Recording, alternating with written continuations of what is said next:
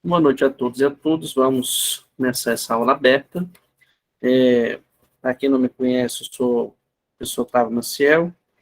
Eu fiz graduação em filosofia e direito, depois fiz o mestrado na Alemanha, em teoria do direito, e o doutorado em filosofia aqui na UNB mesmo, Brasília. Mas essa pesquisa que eu tenho apresentado nesses últimos anos, sobre filosofia do direito, filosofia sistemática do direito, né, teoria do direito, combinando vários outros elementos, uma coisa relativamente nova, né, para o caminho da Universidade Brasileira, que isso tem alguns 5, 6 anos, mas mesmo assim, eu acho que já tem alguns resultados que são interessantes, vou tentar apresentar para vocês. O nosso percurso hoje por esses tópicos, né, que estava na nossa divulgação. Eu vou passar um pouco tempo, vou passar a maior parte do nosso tempo conversando sobre o que tem acontecido, né, nessa interação entre direito e filosofia, porque pode ser um pouco contraintuitivo, né, perguntar se a gente ainda precisa de filosofia do direito hoje, né? Isso implica que já houve uma relação, ou que essa relação já está resolvida, ou que essa relação não deu em nada, né? A gente precisa investigar, né, se existiu algum tipo de relação mais ou menos influenciadora, né, uma em relação à outra, ou se isso aí é só conversa, né, abstrata que não dá em nada.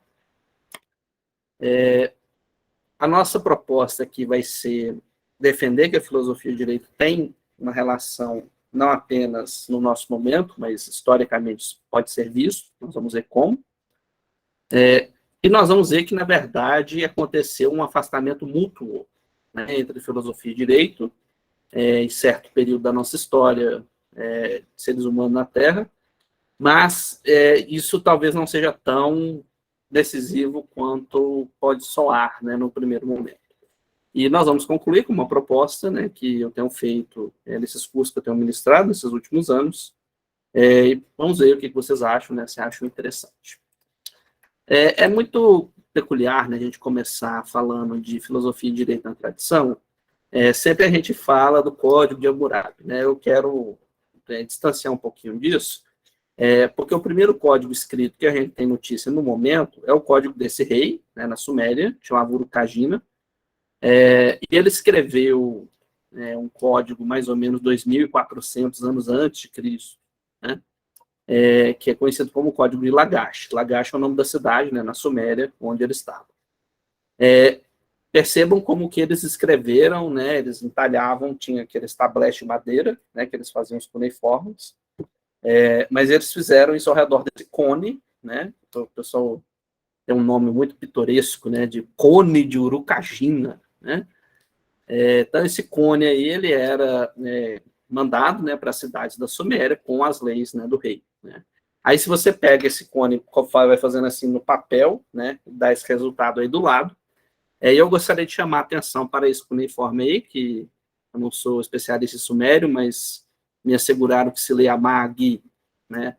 Esse Amag é uma palavra muito importante, né, para a humanidade, é uma palavra que significa liberdade, né.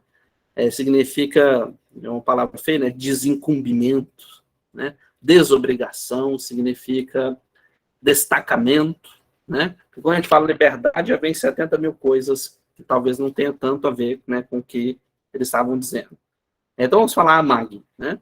Essa palavra Amag, ela aparece nesse código pela primeira vez, e ele nos traz uma lição interessante, porque embora o direito comece com tradições, né, mais ou menos difusas, né, tal como a linguagem, né, a religião, né, a organização social em geral, né, parece que a necessidade de escrever, né, de colocar não no papel, né, colocar no cone, né, colocar literalmente, entalhar, né, no objeto, parece que surgiu por causa de uma divagação filosófica importante, né? Há uma divagação filosófica acerca da noção de justiça, né, acerca da noção de acesso ao sistema e de recusa a certas coisas do dia a dia, né? Então, esse rei ele foi um dos primeiros humanos em termos de impérios e reinos, né, da antiguidade, a ser, com várias aspas, eleito, né? Ele, claro, tem linhagem real, né? Mas ele é uma pessoa que foi escolhida, né, pela população local, justamente porque a sua filosofia de direito dizia o seguinte: o acesso ao sistema deve ser independente, né, de classe, de gênero, de raça, de cor, de seja o que for, né? E ele cunha essa expressão amagi, né, para simbolizar esse tipo de para tornar mais concreta, né, a sua proposta, né? Então veja, a proposta desse rei é simplesmente pensar uma série de restrições, né, aos abusos, né, da classe sacerdotal, da classe de latifundiários, né, da classe de pessoas que tiram vantagens das outras, né, e literalmente entalha, não na madeira, mas na argila, né, essa noção de limitação do poder sacerdotal, do latifúndio, da pessoa que acha que manda bastante, né. Então, veja, essa é uma noção importante, porque o direito, a reflexão filosófica acerca do que o direito deve ser, acerca de qual é o papel do direito, de para que serve isso, né, é uma reflexão que não é de hoje. É isso que eu quero trazer com vocês. Essa palavra que está embaixo, essa aqui, ó, essa em cima que é em sumério, sumeriano, né, deve ser, essa aqui embaixo em acádio, né, porque logo a Suméria logo será conquistada, né, pelo Império Estrangeiro, são o Império dos Acádios, e eles vão transformar a língua dos sumérios numa língua eclesiástica, jurídica, tradicional, né, tal como, né, a gente fez com o latim, né, tal como os indianos fizeram com o sânscrito, né, e assim sucessivamente. Então, sempre há essa noção, né, de uma língua que seria considerada sagrada, para dizer das leis, para dizer do sagrado, para dizer, né, da organização mais rígida, digamos assim. Outro exemplo interessante dessa filosofia do direito sendo aplicada, né, no caso concreto, vem na redação do primeiro grande código, houveram outros, mas o primeiro grande código, né, na tradição indiana, que vem com esse camarada, ele tem um nome bem grande, complicado, as pessoas chamam ele só de Manu, né, fica mais acessível. Curiosamente, né, acabou de falar na Suméria, existe aquela tradição do dilúvio, né, que da época da epopeia de Gilgamesh, né, que é uma epopeia que vai ser absorvida por vários povos, né, ao redor da Suméria. E quando as migrações chegam na Índia, né, eles levam essa ideia do dilúvio, só que não tem a Arca de Noé e também não tem o Gilgamesh. Tem, na verdade, o Vishnu, né, aquele deus da proteção, né, da segurança, deus hindu, e ele se encarna no Avatar, que é um homem-peixe, né, uma coisa misturada, para poder salvar alguns humanos, né, e esses humanos salvos, entre eles está o Manu, né, e o Manu é o cara que vai se lembrar, essa palavra importante para o hinduísmo, né, smriti, né, se lembrar. Você vai lembrar, né, o que aconteceu, quais foram as lições do sagrado, e escreve, né, o seu código, né, a sua legislação. Por que esse caso aqui ele é ainda mais interessante do que o caso sumeriano? Porque existe uma escolástica, né, há uma espécie de universidade, né, um saber universitário que não é aberto, né, para a classe dos brahmanes, mas é um saber que está organizado, né, para leitura e interpretação de textos, para saber o que está acontecendo, como noções de sentido, noções de gramática, noções de hermenêutica, né? Tudo isso já aparece nesse conjunto de disciplinas que eles chamam de Vedanga, com G, tá? Então, Vedanta, que é outra coisa no futuro. Então, Vedanga seria a coletânea de 6 grandes disciplinas, né? Tem uma que chama Shiksha, que significa fonética, né? Fonologia, a redação, os alfabetos, né? E especialmente a questão da melodia e das regras, né? Existem as chandas, que são as métricas, né? Geralmente tem a ver com agrupamento, né? Em prosódica e coisas do gênero. O Vyakarana, que seria a famosa gramática indiana, que é uma gramática que permanece praticamente inalterada do sânscrito, né? Tem 2, 3 mil anos. Aqui aparece o grande Panini, né? Tem muitos filósofos e hermeneutas, né, europeus do século XX, que celebram Panini como um dos grandes, né, precursores da filosofia da linguagem. Existe uma disciplina também que chamava Kalpa, né, que é o estudo daquilo que é apropriado. Essa palavra vai ser importante para a gente agora mesmo. É a noção do rito, da cerimônia, né, isso vai ser isso importante. O Jyotisha, que seria o estudo do tempo, né, da cronometria, como fazer calendários. E aqui para a gente o mais interessante, o Nirukta. O Nirukta seria a própria origem da hermenêutica, né, a origem de explicações etimológicas, hermenêuticas, foco na semântica, né, no que quer dizer isso, aquilo, o que isso não quer dizer, né? Obviamente, o Vedanga ela era organizado para a leitura dos Vedas, né? Mas o Manu ele está, né, estendendo isso agora textualmente, não no Nargila, mas textualmente ele está estendendo isso para o direito, né? E o Código de Manu, ele claro que não é aplicado 100% hoje, isso é óbvio, mas é a grande inspiração, né? Tal como foi, por exemplo, o Corpus Juris Civilis, né, para o Ocidente, né? Então, o Código de Manu, ele é inspirado, ele inspira, né, o direito indiano, o direito do Sul, Sudeste Asiático, até hoje. Mais uma interação de como que a hermenêutica, a busca pelo sentido das palavras, o sentido da vida, da organização familiar, né, da organização da sociedade, como que isso influencia, né, na própria construção do direito. Tá? Outro exemplo importante, o velho Confúcio. Confúcio, uma pessoa interessante, eu coloco confucionismo sempre entre aspas, tá? Porque não existe uma coisa chamada confucionismo na China, né? Talvez hoje exista em relação de pesquisa histórica, né? Mas eles simplesmente se diziam uma escola dos eruditos, né? Que estudavam clássicos, entre eles o Confúcio. Mas por que Confúcio é interessante aqui? Porque ele talvez seja uma figura que ajuda a guiar muita coisa até hoje, né? Não só na Ásia, mas as suas noções talvez sejam interessantes aqui para a gente, especialmente quando ele fala sobre um conceito peculiar chamado de Li, né? Li são regras do apropriado, né? A noção de apropriado, né, algumas pessoas traduzem só por ritos, né? Por exemplo, o livro dos ritos, né? Mas não é tão correto, porque parece um pouco restritivo, né? Quando ele está falando de apropriado, é de tudo, gente.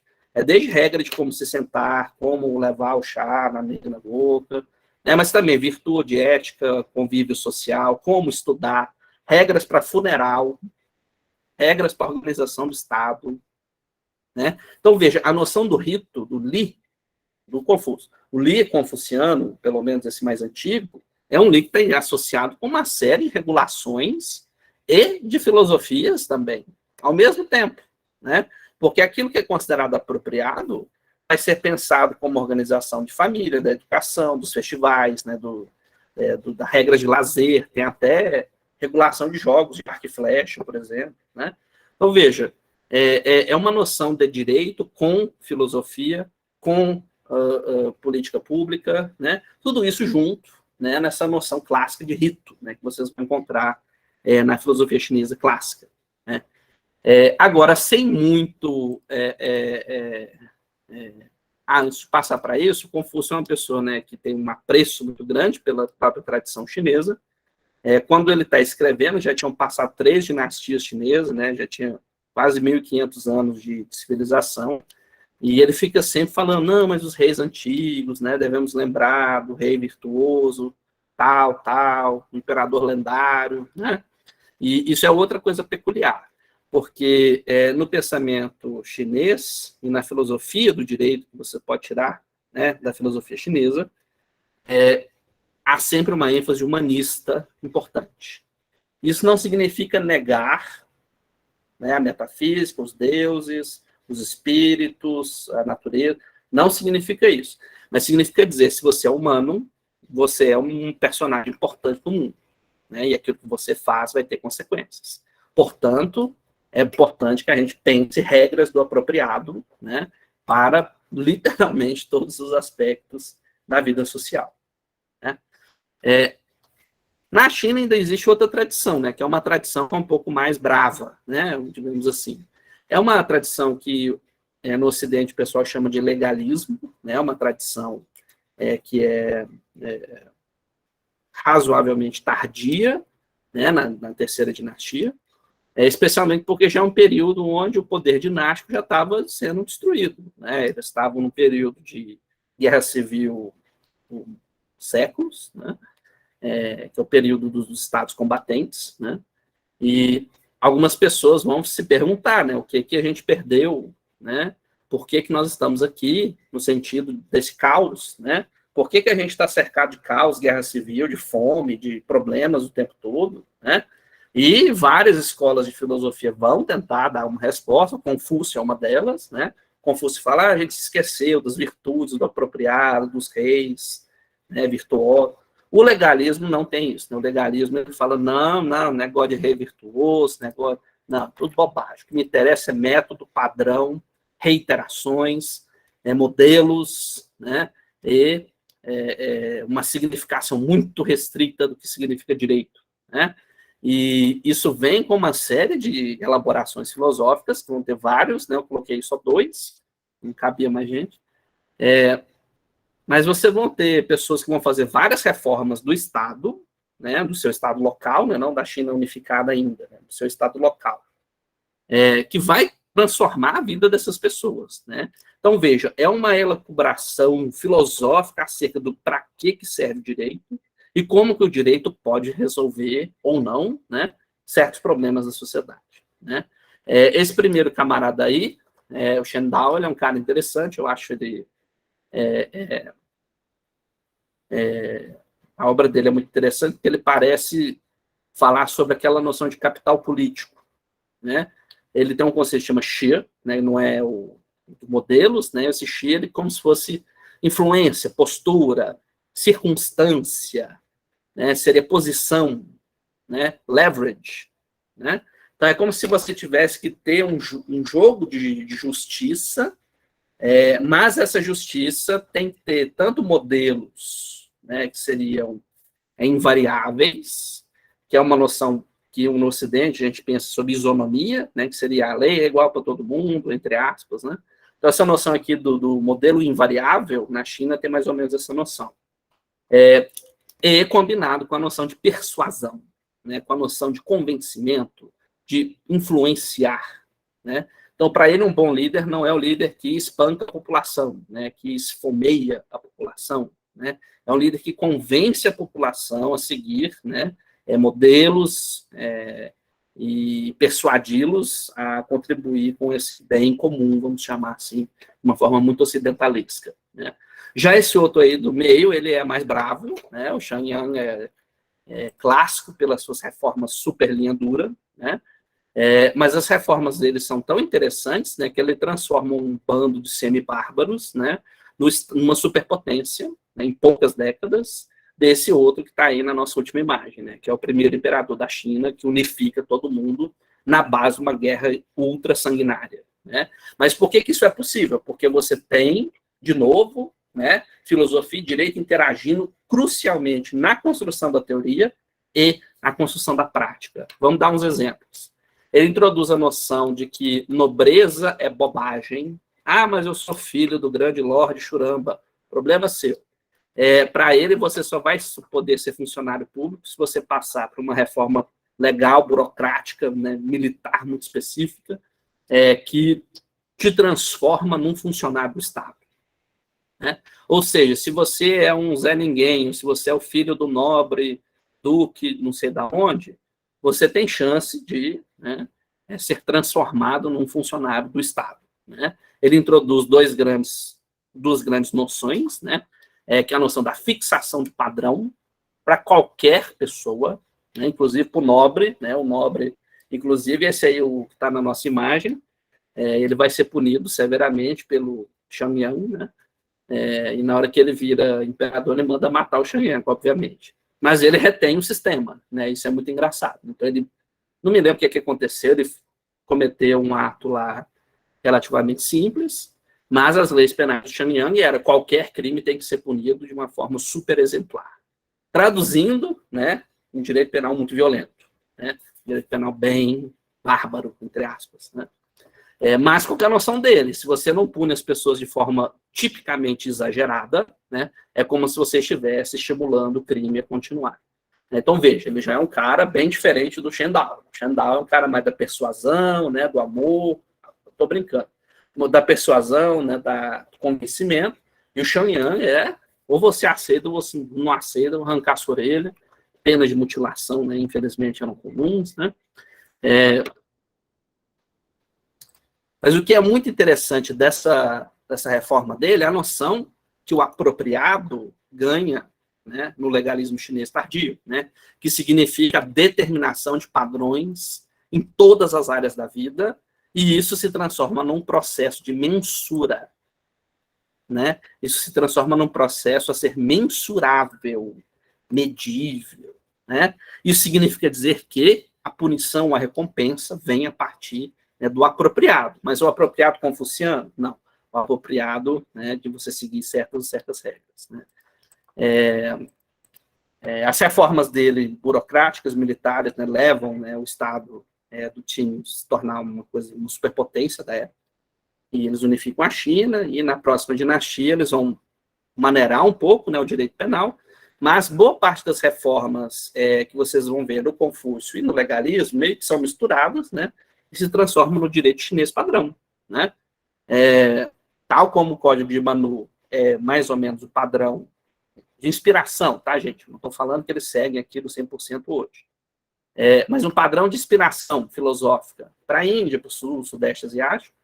O Código da dinastia Tang, por exemplo, que vai ser bem depois, vai misturar elementos de Confúcio, né, moísmo, legalismo, várias outras coisas, né, que combinam tantas essas elaborações filosóficas como isso se aparece no direito. Tá? Chegando para outros cantos, nós temos direito grego, né? Eu quero que vocês prestem atenção nessas pedras. Vocês estão vendo? Estou cheio de letra, né? Para a noção de popularização do direito, né? Ou para quem? Popularização não é um bom nome. Para você publicizar o direito, não tem WhatsApp, né? Não tem aquele negócio da Casa Civil, né? Que manda um push para a gente, né? Então, como é que as pessoas iam saber da lei, né? Geralmente, as pessoas colocavam no cone, né? Aquele cone do Urukagina, né?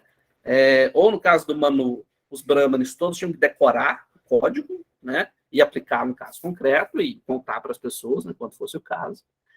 Na China existiam pilares, né, que o pessoal fazia, né, depois quando eles inventam papel, isso se torna mais fácil, né, de ser divulgado, né, para a população. Na Grécia eles faziam isso aí, eles entalhavam na pedra, né. Alguém já deve ter ouvido aquela expressão set in stone, né? É tipo assim, marcou na pedra, quer dizer, isso é lei, isso é obrigatório, né? Referência, né, esse costume grego antigo, né, de, como dizia um aluno meu, tatuar os prédios, né? Você tatuava os prédios com as leis, né, referentes para as pessoas. O que é muito peculiar no direito grego, em relação, né, ao direito indiano, sumeriano e chinês, é que é um direito teatral, né? É um direito que é defendido, ele é exercido no teatro, né? Perdão, no Areópago, que é como se fosse um teatro, né? Tem uma plateia de juízes, né? Você tem as pessoas que são, vamos chamar assim, os promotores, né? Você tem um advogado, né? E você tem lá o réu, né? Tô colocando em aspas porque são termos romanos, né? Mas é mais ou menos funcionalmente equivalente. E você tinha que defender o seu caso, né, perante uma assembleia, né? Então você não tem um juiz, você não tem um Xiangyang lá com a faca para arrancar a orelha de uma pessoa, né? Você não tem, né, assim, o rei lá no templo escondido, né, fazendo um código. Aqui você tem uma questão de publicidade, né, de publicização, literalmente, né, público, um julgamento público, né? E você tem um monte de juízes, né? Você tem uma assembleia de juízes, que é o famoso Areópago, e você deve ir lá defender, né, de por que você está sendo acusado disso ou daquilo. Aqui, a relação direito e filosofia, ela fica muito peculiar, né? Porque se a sua tarefa como juiz, advogado ou como réu é se defender ou atacar, né, perante uma assembleia, né, isso transforma o papel da filosofia pelo menos no primeiro momento, né, em um auxiliar, né, uma disciplina auxiliar do direito. Tal como Vedanga, né, que a gente viu, que tinham disciplinas específicas, os sofistas, né, na Grécia, eles faziam isso, né, eles ensinam para as pessoas retórica, né, truques de oratória, né, como convencer as pessoas, né, e veja como isso é muito interessante nas eleições, né, até hoje, né, as pessoas ficam esperando quem fala bem, quem convence, quem tem uma boa oratória, quem chega no público, né, o projeto, a existência ou não de projeto, nem é o caso, né, então essa é uma herança grega, né, às vezes um pouco perigosa, né, de que ganha a eleição, ganha os juízes, ganha o julgamento, quem tem popularidade, quem tem apoio do povão, né, no sentido que agrada, né, as massas. Contra isso está o Sócrates, né, o Sócrates dizia, olha, talvez a filosofia possa ensinar retórica, né, diálogos e oratória, etc., mas talvez a filosofia também tenha alguma coisa a ver com uma coisa não humana, com uma coisa além do humano.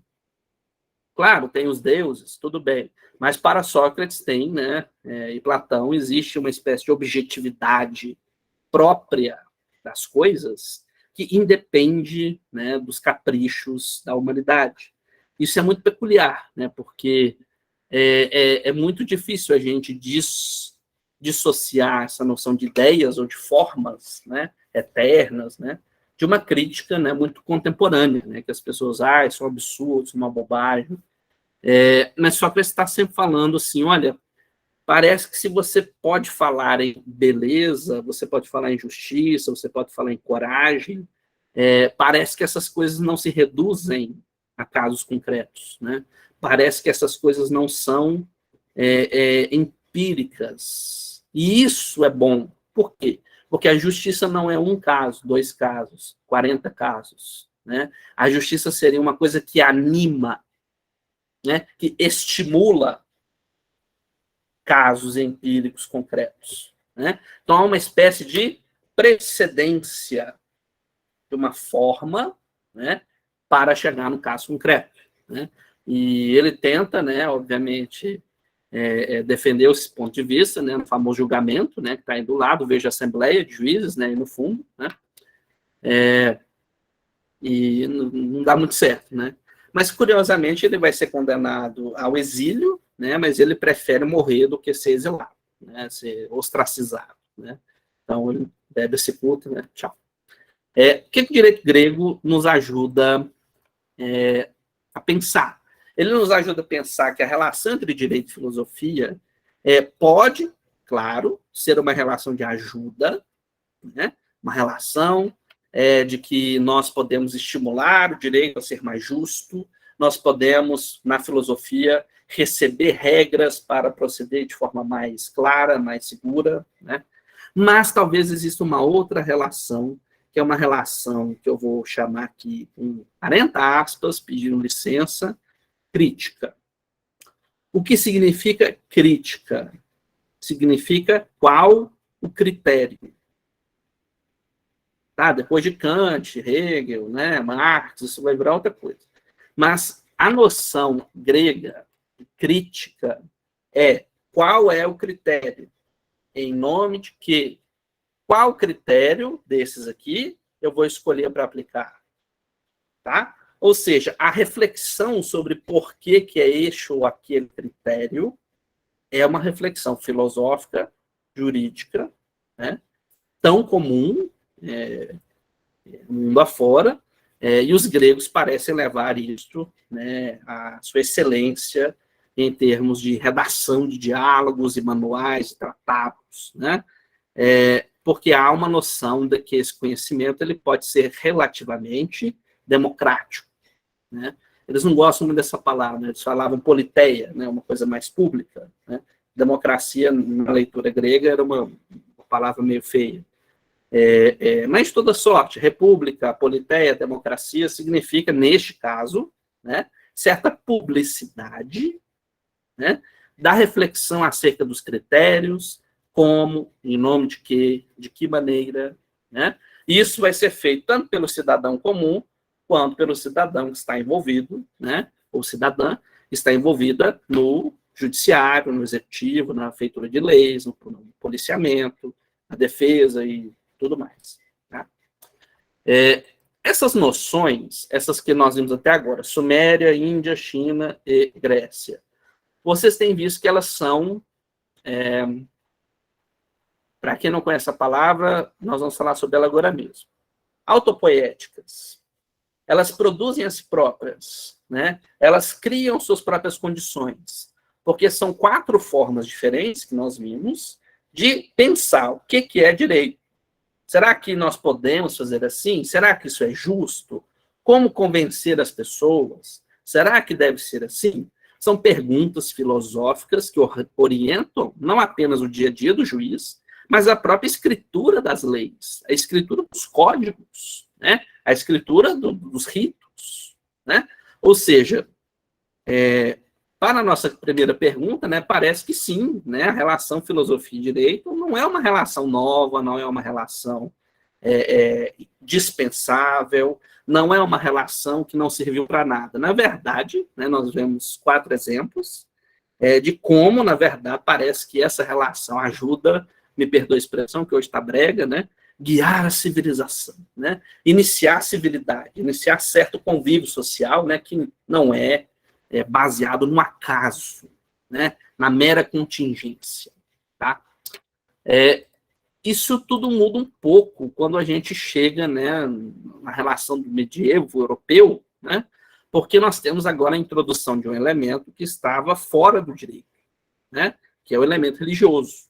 Né? Então, quando chega a religião que vem do Oriente Médio, Oriente Próximo, aí converte as pessoas, parece que agora nós temos, portanto, 2 tipos de leis. Né? É como se houvesse uma lei religiosa, né, e a lei jurídica do dia a dia. Né?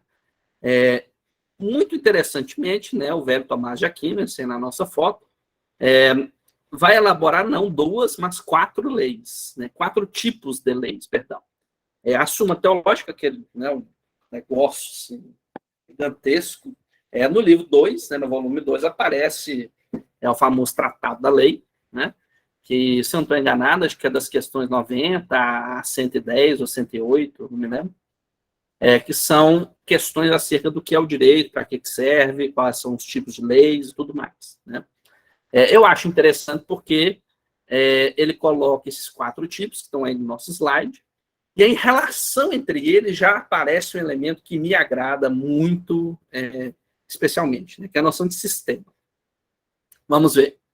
Essa lei divina seria, por falta de expressão melhor, seria a cabeça de Deus. Né? Seria como que Deus pensa, né? Seria como que Deus raciocina. Né? Lembrando que na tradição abraâmica, judaica, cristã, muçulmana, Deus é o Logos, né? Deus é uma palavra, Deus é a palavra. Né? Então, como que essa palavra se articula, quais são as regras que ele inventa, isso seria, né, faria parte, né, dessa lei divina. Segundo Tomás de Aquino, essa lei divina não pode ser conhecida, porque nós somos seres minúsculos perto de Deus. Então, presumir que nós podemos conhecer a mente de Deus é uma heresia, né? É uma blasfêmia, uma coisa absurda. O que nós podemos conhecer? O exercício da mente divina no mundo concreto, na natureza. Tá? Então, entender as leis da natureza, em parte, é entender a lei divina. Olha que interessante. Imagine um iceberg. Né? Entender a ponta do iceberg, que seria a lei natural, seria mais ou menos você ter pela mão de segurar, né, e o iceberg inteiro seria, né, a própria lei divina, ou talvez o oceano inteiro, né, para quem acredita nessa forma que ele está expondo. Né? Então, essa lei natural, ela seria uma participação racional, empírica, investigativa, numa lei divina que seria, né, muito superior. Né? Inclusive em volume, em tamanho. Né? Dentro disso, aparece a lei humana. Né? Então, a lei humana ela é diferente da lei natural, no sentido que ela não é criada, né, diretamente pela lei divina, mas, né, ela é criada por uma criatura divina. Perdão, uma criatura criada por Deus, né, que é uma alma, né, dada por Deus. Então, por isso que o ser humano pode passar leis, criar leis. Então, a lei humana tem legitimidade, desde que não vá contra a lei natural e a lei divina. Né? Eu acho muito peculiar que ele decidiu acrescentar a noção de lei revelada. Né? Aí, umas pessoas perguntam, Otávio, mas para que isso? Né? Já tem a lei divina, né? Já tem a lei natural, que é a criação de Deus, por que precisa de mais uma lei? Tomás de Aquino responde para a gente, falou, olha, precisa, porque o ser humano é pequeno, pecaminoso, falho, caquético, minúsculo. Então, para Deus se transformar, para Deus se fazer mais entendido pelo povo, por nós, que somos seres pequenos, é necessária a revelação da sua palavra, né? A revelação da sua vontade. Para ele, só existem duas leis reveladas, que é o Antigo e o Novo Testamento. Né? É interessante que ele também insiste, né, na completude, né, desse... a gente pode especular por quê, porque se for só o Antigo Testamento, é o judaísmo. Né? Se tiver algo além do Novo Testamento, seria, por exemplo, o Islã, né, que na época já tinha, né, brigas do cristianismo com o Islã. Então ele insiste que são duas leis, né, o Antigo e o Novo Testamento, pronto. Mas veja, como que isso é interessante? Isso gera uma sistemática jurídica que é muito peculiar. Né? Então veja, como que a filosofia aristotélica, né, que ele está recebendo e elaborando, né, por conta própria também, cria um sistema. Você tem a lei divina, de onde tudo vem, dessa lei vem a lei natural, que pode ser percebida pelo conhecimento, pela investigação, pela razão humana, ou seja, não existe conflito entre razão e fé, né, para Tomás de Aquino. Um conflito falso, né, que os modernos vão inventar depois. Então, a noção de lei natural, a noção de lei humana, que seria, né, aquilo que é passado pelos reis, imperadores, pelo dai a César ao que é de César, né, etc. E a lei revelada, que seria, né, as escrituras, né, o Antigo e o Novo Testamento. Como conter os abusos da lei humana usando as outras três leis? Né? Ou, quando a lei humana não falar sobre o assunto tal, onde que eu procuro?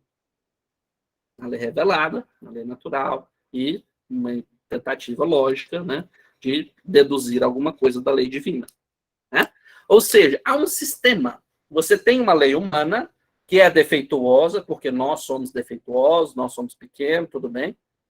Onde que eu conserto isso? Onde que eu busco outras inspirações? Onde que eu critico os abusos da lei humana? Onde que eu completo as lacunas nas outras leis? Essa noção de completude, ela é imprescindível, que nós vamos falar aqui. A noção de que o sistema é uma tentativa de conter essa contingência, né, de várias coisas ao mesmo tempo, ninguém sabe o que faz. Você tenta reduzir isso, né, baixando leis específicas, e as próprias leis têm um sistema interno e um sistema entre os tipos de leis específicas. Né? Então, Tomás de Aquino, pensador, é altamente sistemático, né? E eu acho muito interessante, nós vamos ver agora mesmo por quê. Na modernidade, nós temos né, os famosos contratualistas e afins, né? E acho que não precisa de falar muito sobre essas questões, mas são exemplos, novamente, bem evidentes, né, de que filosofia e direito têm uma relação constitutiva mútua, né? Há uma relação de influência, de inspiração mútua. Né? Talvez muito estranho a gente pensar o direito moderno sem essas quatro figuras aí. Né? Do velho Hobbes vem essa obsessão que o direito ganha pela segurança pública. Né? Claro que existe a polícia, existe o exército, né? Mas depois do Thomas Hobbes, né, parece que a função do Estado é garantir a segurança. Né?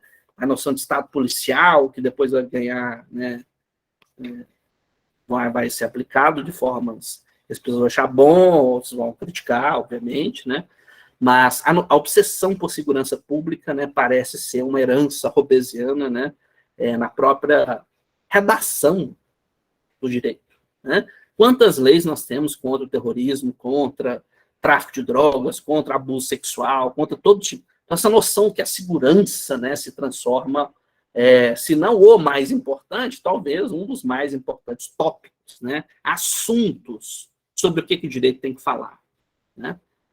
Do velho John Locke já vem a própria noção de liberdade civis, liberdade religiosa, liberdade de assembleia, liberdade de crença, liberdade de partidos políticos, né? O Locke é uma figura que não é só filósofo, né? Ele também é um ativista político, né? Ele participou da conspiração, tentar matar o rei, foi exilado na Holanda, né? E volta triunfante, né? Com Guilherme de Orange. Então, é um pensador que influencia a maneira como a gente pensa o direito, né? E a própria maneira como a gente critica o direito dos outros, né? Eu estou falando Ocidente e suas colônias, né? Que é o caso do Brasil. Por exemplo, vou criticar o direito do país tal, porque lá não tem liberdade religiosa, porque lá não tem isso, não tem esse ou aquele direito civil, né? O Locke é uma pessoa importante, né? Claro que isso pode ser criticado ou não, mas o Locke é uma pessoa importante para que isso ganhe corpo, né? Filosófico e jurídico, né? No concreto. O Montesquieu, né? Que eu brinco com meus alunos, né? Talvez o Montesquieu tomou um vinho bem interessante, né? Ele foi para a Inglaterra e viu 3 poderes, né? Mas é como se fosse, né, um efeito do álcool, né? Porque você vai lá na Inglaterra, você tem um prédio, né, especialmente na época do Locke, né? Você tem um prédio onde você tem as pessoas comuns e as pessoas lordes, que funcionam como o legislativo. Essas pessoas elegem um primeiro-ministro, que funciona como um executivo, né? E a Câmara dos Lordes funciona como uma espécie de Suprema Corte. Mas são as mesmas pessoas, o mesmo prédio, o mesmo lugar. Como diz, né, na mesma praça, no mesmo bar, no mesmo jardim, né? Montesquieu olhou para isso e falou, nossa, estou vendo 3 poderes. E isso entrou, né, no nosso vocabulário, né? O vocabulário jurídico, especialmente de direito público, né?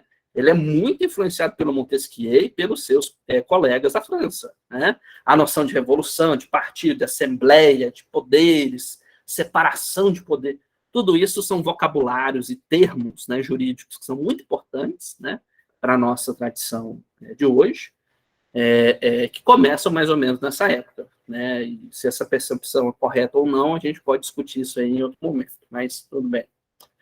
E o velho Rousseau, né? O Rousseau é uma figura sempre ambígua, né? Porque, por mais iluminista que ele seja, ele também é um grande contra-iluminista, né? Um anti-iluminista, ele é um pensador suíço, que tem orgulho, né, de ser um cidadão de Genebra, né? Colocou a plaquinha lá na sua placa, na porta, né? Rousseau, Jean-Jacques Rousseau, cidadão de Genebra. E é um cara que tem visões políticas que vão ser exageradas, né, para propostas que às vezes estão muito além do que ele está propondo, né? Genebra é uma cidade, se eu não estou enganado, tinha 20 mil habitantes, né? Uma cidade que tinha certas classes sociais muito bem definidas, né?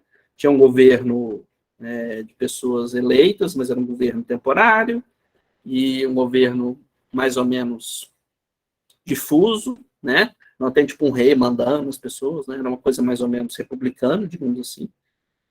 Mas é uma cidade pequena, com ambições muito específicas, né? Com um estilo de vida muito peculiar, né? E de repente pegam isso e implantam na França, que é um país que ele tinha horror, né? Ele achava uma bagunça, um lugar fedido, cheio de gente estranha, né? E de repente, né, ele vira o herói da Revolução. Pai, não é um bom termo, é um pai fundador da Revolução Francesa, enterrado no panteão de heróis da França, né?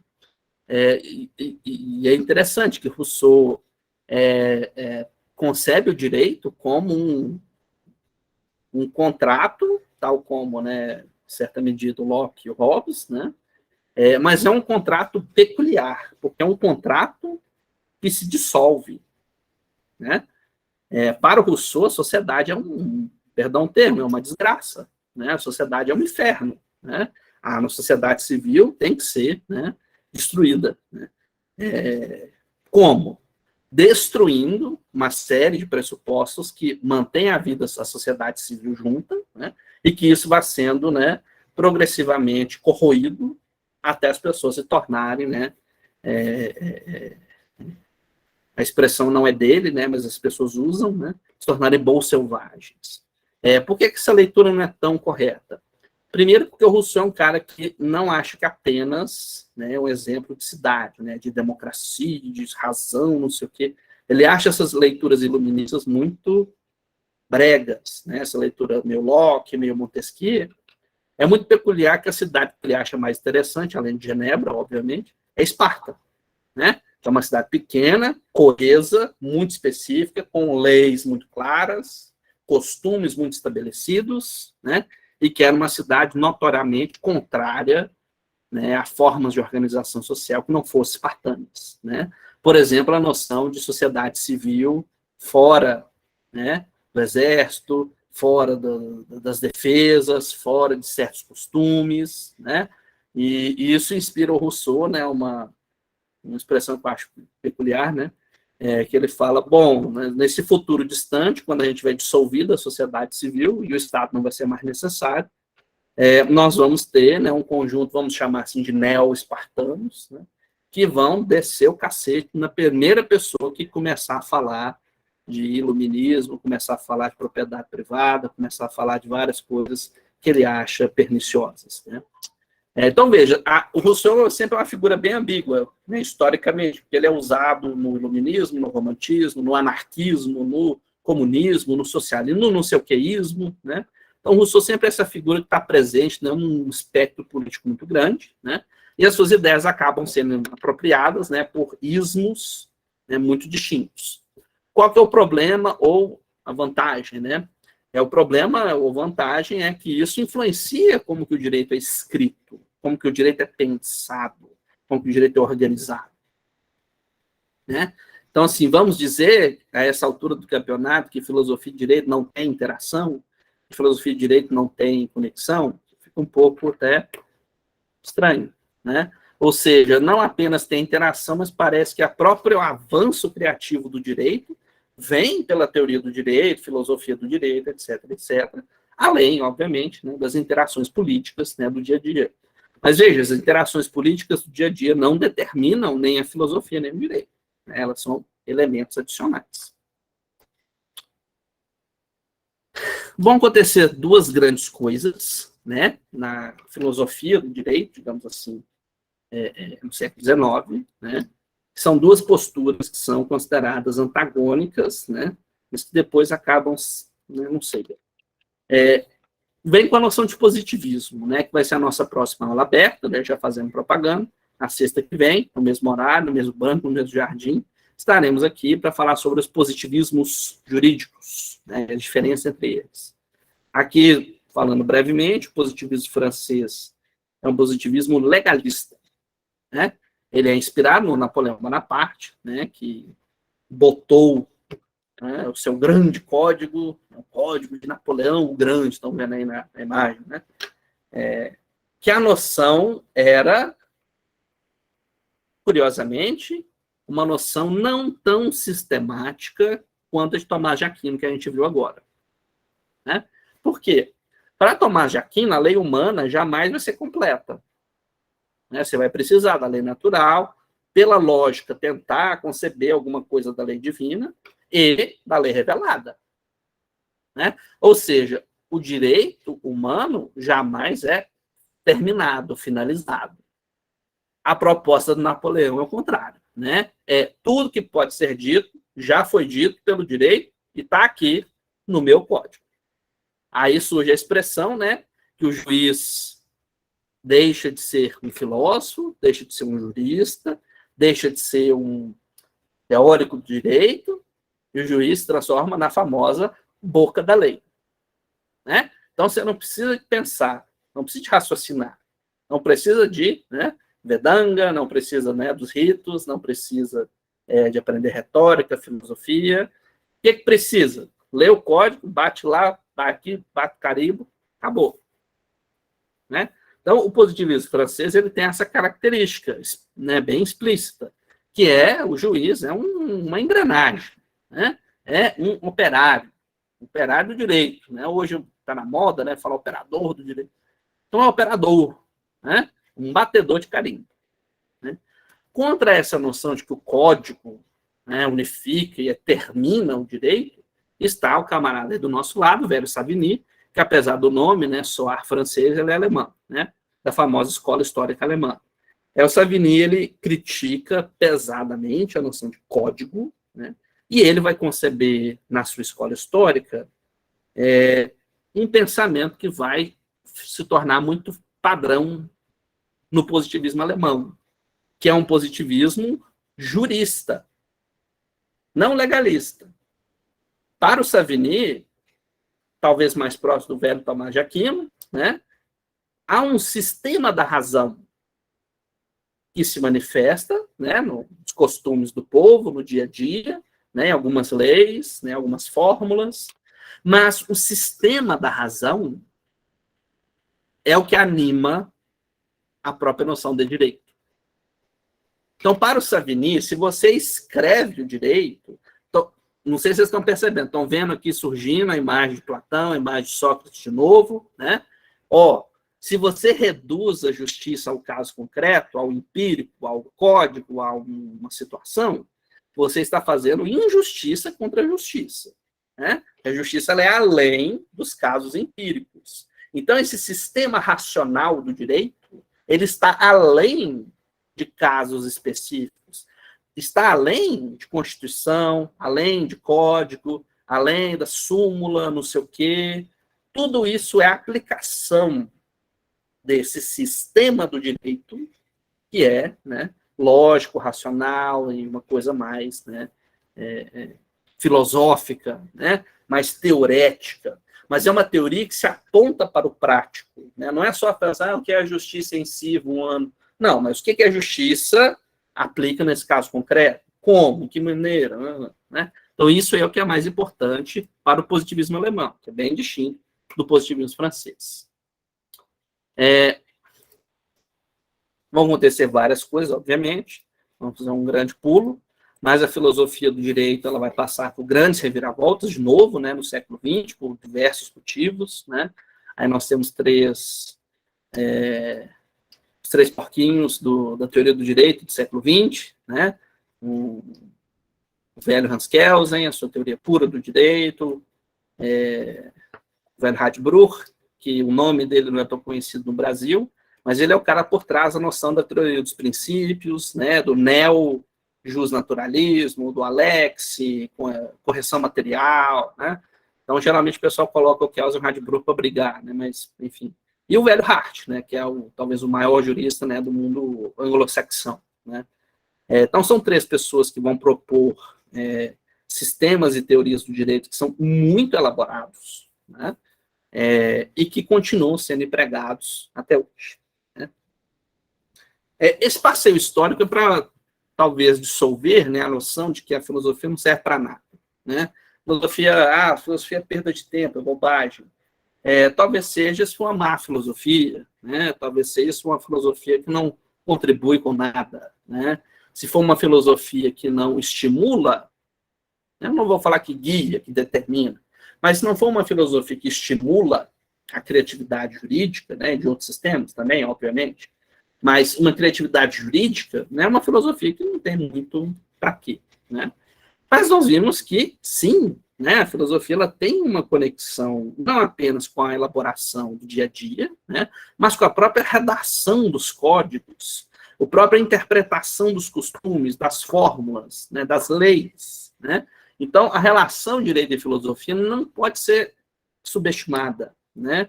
É uma relação que talvez seja tão fundamental que a gente nem percebe. Né? Para quem estiver interessado nessa questão, especialmente do Kelsen, né, nós vamos focar mais, né, no curso, né, de filosofia sistemática do direito, porque o Kelsen é uma pessoa que vai instalar um raciocínio que talvez seja mais interessante do que simplesmente a sua aplicação que foi feita no Brasil. Né? Geralmente a gente coloca Kelsen no Google, aparece a piramidezinha, a pessoa acha que é aquilo lá. Né? Mas o que é mais interessante no Kelsen é o algoritmo que ele escreve. Né? É um algoritmo de geração de validade e eficácia, né? A partir, né, de uma forma de dois lados. Né? Uma forma de dois lados que determina o que está interno e o que está fora. Né? Isso talvez seja mais peculiar. Né? Agora, vejam, isso não precisa de ser inimigo de uma teoria dos princípios. Né? Não há nenhum motivo para isso. Né? Tanto que a filosofia do direito contemporânea vai usar Kelsen, Hart, Radbruch, Alex, né, vários outros grandes pensadores, para construir, né, teses e dissertações, beleza, mas também projetos de lei, né, também súmulas, jornadas de direito civil, né? Então, veja, a filosofia do direito, ela tem uma vantagem, né, em relação a outras filosofias, vamos dizer assim, porque é uma filosofia que tem aplicação bem influente na vida das pessoas, né? Eu sou amigo de um grande professor aqui da UNB, o professor Samuel Rodrigues, né, de Filosofia da Ciência, e ele fala comigo, assim, às vezes um pouco, né, brincando, né, com o meu jocoso, fala, nossa, Otávio, é complicado, né, porque a filosofia da ciência é, para a ciência, aquilo que o ornitólogo é para o pássaro, né, ou seja, para o pássaro não faz nenhuma diferença se tem um cara olhando para ele de binóculo anotando, né. Aqui é o contrário, né, parece que a filosofia do direito não apenas tem aplicações no concreto, mas também na própria redação e elaboração legislativa, de costumes, de hermenêutica e tudo mais, né? Então, né, mandando um abraço para o professor Samuel, né? A filosofia do direito tem, sim, né, uma prática muito importante, ela não é só o ornitólogo observando passarinhos de longe, né? Agora nós temos a velha pergunta, né? Para que serve, então, o direito? Né? Servir é uma palavra complicada, né? Mas parece que o direito ele tem funções que são muito díspares em algum momento, ou talvez são as mesmas funções usadas por sistemas diferentes, né? Aqui eu já estou dando uma dica, né, de que, pelo menos como eu vejo, direito não é política, não é arte, não é religião. Ele pode se interagir? Pode, mas direito é direito. Essas outras coisas são outras coisas. Nós estamos vendo aí dois casos, né, de colonização, para usar a expressão de Habermas, né, uma colonização do direito, a partir da religião, né, a primeira imagem é a Inquisição, né, o julgamento do Galilei, e a colonização do direito pela política. Nós estamos vendo a outra imagem, a redação do AI-5, né, lá no fundo está o ditador Costa e Silva. Então, veja, o direito, será que legitimação e coerção são automaticamente coisas negativas? São automaticamente coisas positivas? Né? Isso é uma pergunta filosófica importante. Né? E veja, ela não é só uma divagação aleatória, né? Porque a depender da sua resposta, essas duas imagens aí, né, se transformam em coisas válidas. Né? Outras imagens, que às vezes outras pessoas também não concordam, né? Seria, por exemplo, o direito seria para a crítica, seria para a reforma da sociedade, seria para estimular os direitos fundamentais contra o abuso, contra isso, contra aquilo. Né? Então, na primeira imagem, nós temos aí a queda do Muro de Berlim, e na segunda, a promulgação da Constituição, né, de 88. Está o Ulisses Guimarães, né, lá sentado, vou levantar essa Constituição. Né? Então, assim, será que essas palavras clássicas, né, legitimidade, crítica, será que é para isso que serve o direito? Né? Será que a função do direito é servir a outros sistemas? Né? Religião, política, sei lá, arte, economia, né? Hoje está na moda, né? O direito serve a economia manda, o direito assina embaixo. Será que é isso mesmo que a gente tem que defender, que a gente tem que pensar, acreditar? Né? Nossa própria pergunta do que nós estamos fazendo transforma o direito, transforma como a gente pensa o direito. Por quê? Que nós temos que fazer um breve meia-culpa, né? Tá aí a cara do Heidegger, né? Que é um nazista declarado, participante do Partido Nazista, mas que, apesar de ser um desgraçado, é uma pessoa que tem algumas ideias que são interessantes, né?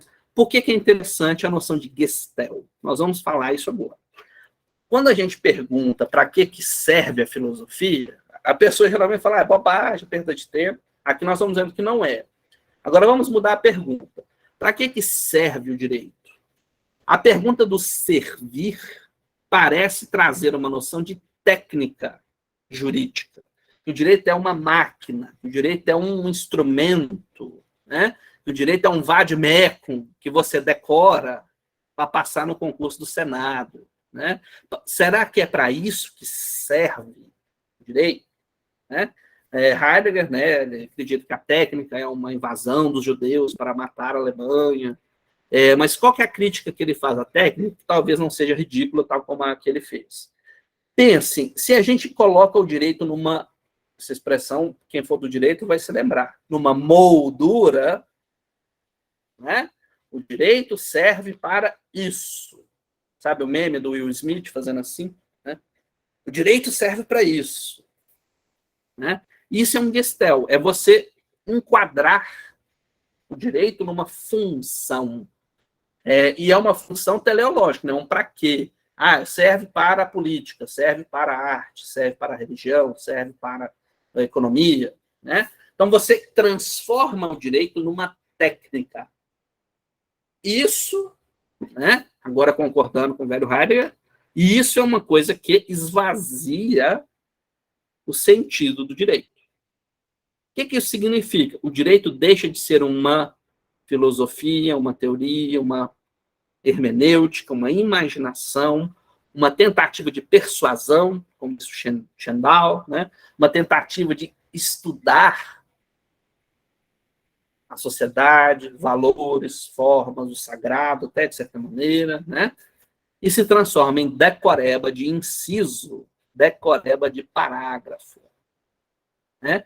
Ou seja, o fenômeno da Gestalt que o Heidegger está diagnosticando significa esse enquadramento do direito como um instrumento, como um troço que você usa para bater carimbo, para passar no concurso. Hoje virou profissão, concurseiro. Né? Ou seja, você decora essa meleca toda, esse vadimeco incrível aí, né? E agora eu sei o direito. Para todos esses que nós falamos até agora, desde o rei Urukagina, Manu, Stendhal, né, Confúcio, Kelsey, Radbruch, Platão, será que é isso que é direito? Decoreba de artigo? Será que você se transforma numa pessoa que entende o direito desse jeito? Né? Então, a crítica da técnica não significa dizer a técnica não serve para nada. A gente viu com muita clareza, desde o rei Urukagina, né, que a técnica hermenêutica, como, as formas, os modelos, os padrões, né, o raciocínio lógico, entender a lei natural, tudo isso é importante, porque o que interessa é um sistema do direito, e não um conjunto, né, como diz as pessoas, de letra fria, um conjunto de regras vazias. Né? Ou seja, parece que a redução do direito à mera técnica, né, que, né, hoje é tão comum, né, hoje qualquer faculdade, qualquer lugar, qualquer esquina, qualquer birosca, né, é só pegar um vadimeco, a pessoa começa a ler e ganha o certificado do MEC, né? Então, assim, isso é muito peculiar, né? Porque, veja, fazendo a pergunta que os chineses se faziam, como chegamos aqui, né? Como é que a gente saiu do Vedanga, saímos, né, do combate ao abuso, a gente saiu da noção de liberdade, saímos da noção de sistema. Como é que a gente veio parar aqui? Né? Que direito é decoreba? Que direito é aprender, decorar a súmula do ministro Churamba? É um pouco triste, né, ver como que a gente está nessa situação. E isso é, portanto, né, parte desse afastamento que o direito fez em relação à filosofia. Né? O direito se embruteceu, né? O direito se transformou numa coisa um pouco tola, né? Que acredita que o mecanicismo, que o tecnicismo parece que é o suficiente para entender um fenômeno tão complicado que é o direito. Né?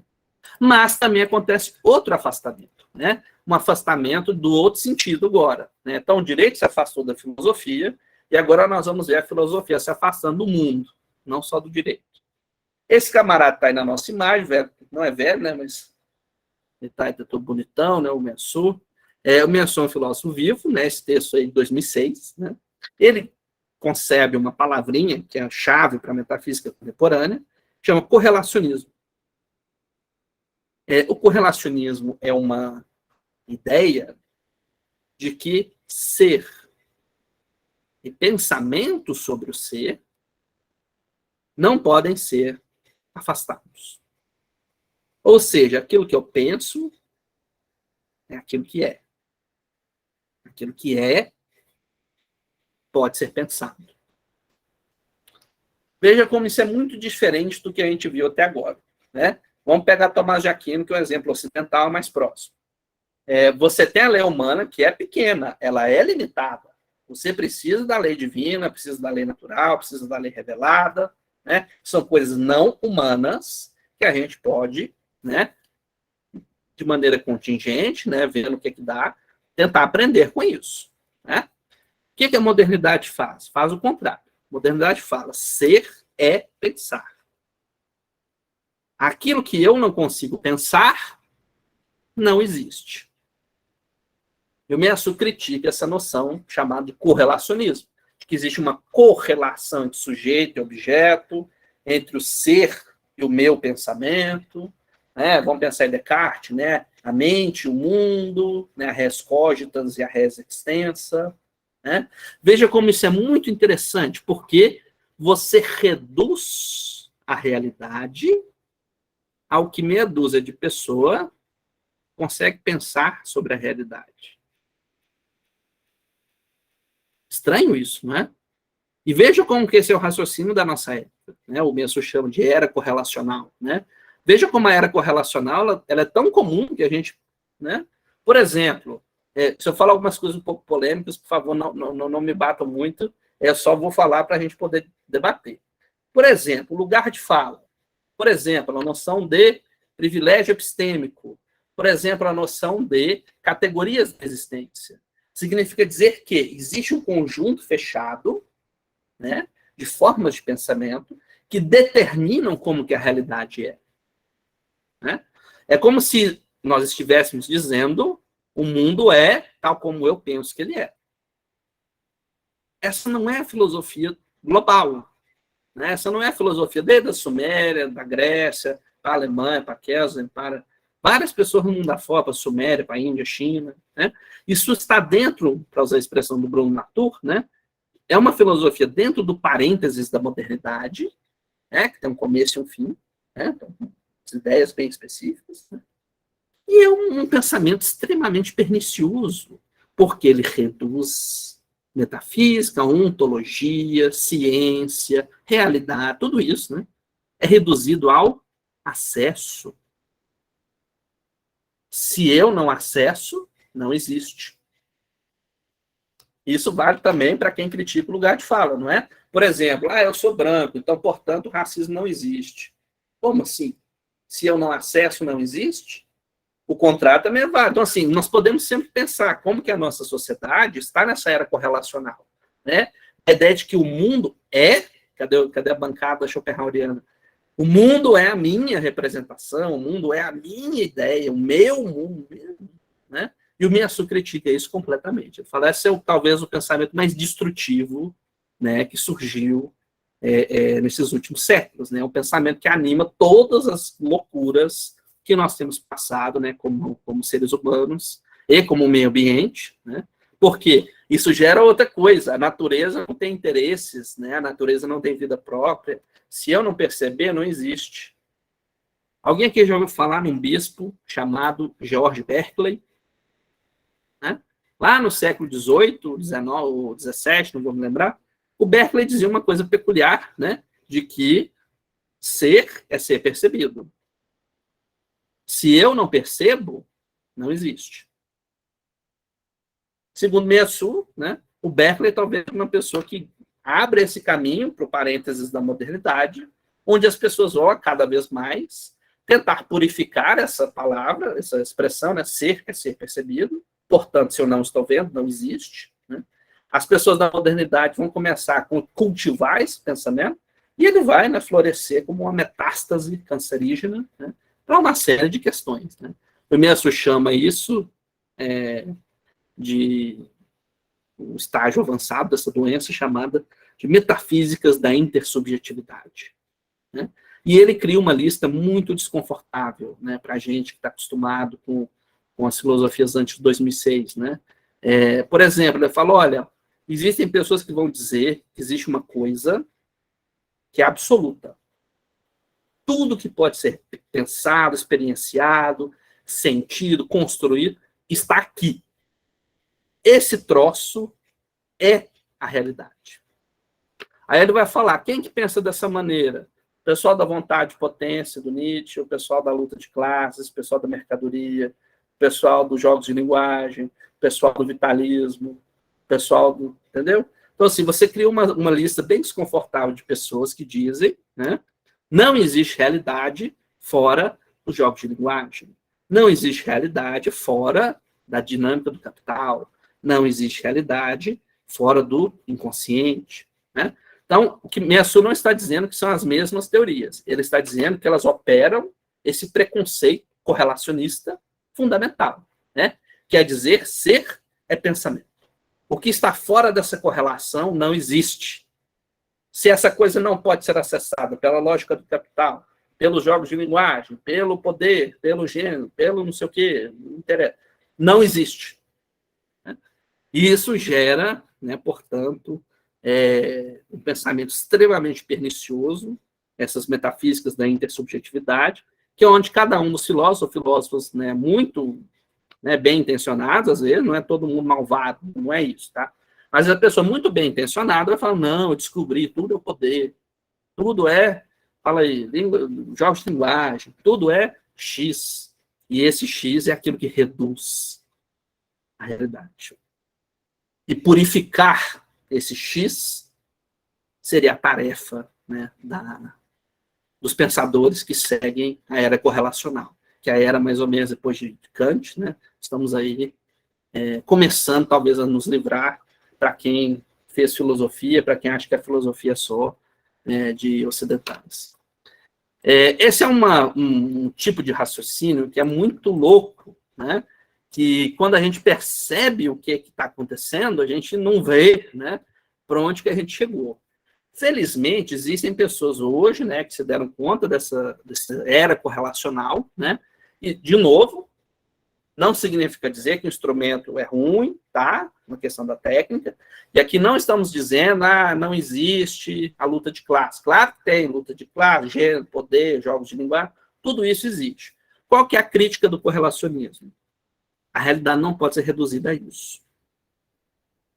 Pensar além da correlação significa luta de classe é importante, gênero é importante, tudo isso é importante, a técnica, ótimo, top. Mas, tá? Não podemos reduzir o ser ao pensamento sobre o ser, tá? Tentar separar essas coisas. Essa noção, ela é muito interessante porque ela vai ser criticada por vários pensadores de forma meio difusa, né? E vai chegar nessa elaboração que eu estou dizendo para vocês agora, nesses 4 aí, parecendo capa do Legião Urbana, não tá, gente? Aí o Hamilton Grant, o Harman, o Meillassoux e o Brassier, né? Parece capa de CD do Legião, né? Só faltou o Renato ali atrás da porta ali, né? Mas são pessoas que se uniram, né, em 2007, né, para pensar sobre isso, cada um vindo, né, de uma trajetória bem distinta. Claro que hoje cada um vai para um campo, mas a noção de realismo especulativo, ela é muito interessante aqui para a gente, porque significa dizer que a descrição do real não é o suficiente, tá? Falar o ser é dessa maneira, beleza, mas existem regras para você imaginar a aplicação, a lógica, a coerência, a expansão, imaginar outros mundos, um avanço criativo, né? Tudo isso também existe formas regradas, formas metodológicas, formas que são perfeitamente aplicáveis, tal como o direito tem feito nesses últimos, né, 5.000 anos de raça humana. Uma pessoa interessante sobre esse tema específico do direito, mas é esse velhinho aí, Whitehead, né, que já faleceu. Whitehead é um pensador que as pessoas associam a ele, ou a filosofia da matemática, né, mas aqui ele é um grande nome da filosofia do processo, né. Para Whitehead, é um cara que ele combate um preconceito, que talvez seja um pouco mais fácil de ser entendido hoje, né, que ele chamava de bifurcação, que é parecido com o correlacionismo. Vamos ver por quê. Bifurcação significa dizer, existem 2 coisas no mundo, o ser pensante e o resto. As leis de um não se aplicam às leis de outro. Portanto, devemos purificar a coisa pensante e o resto.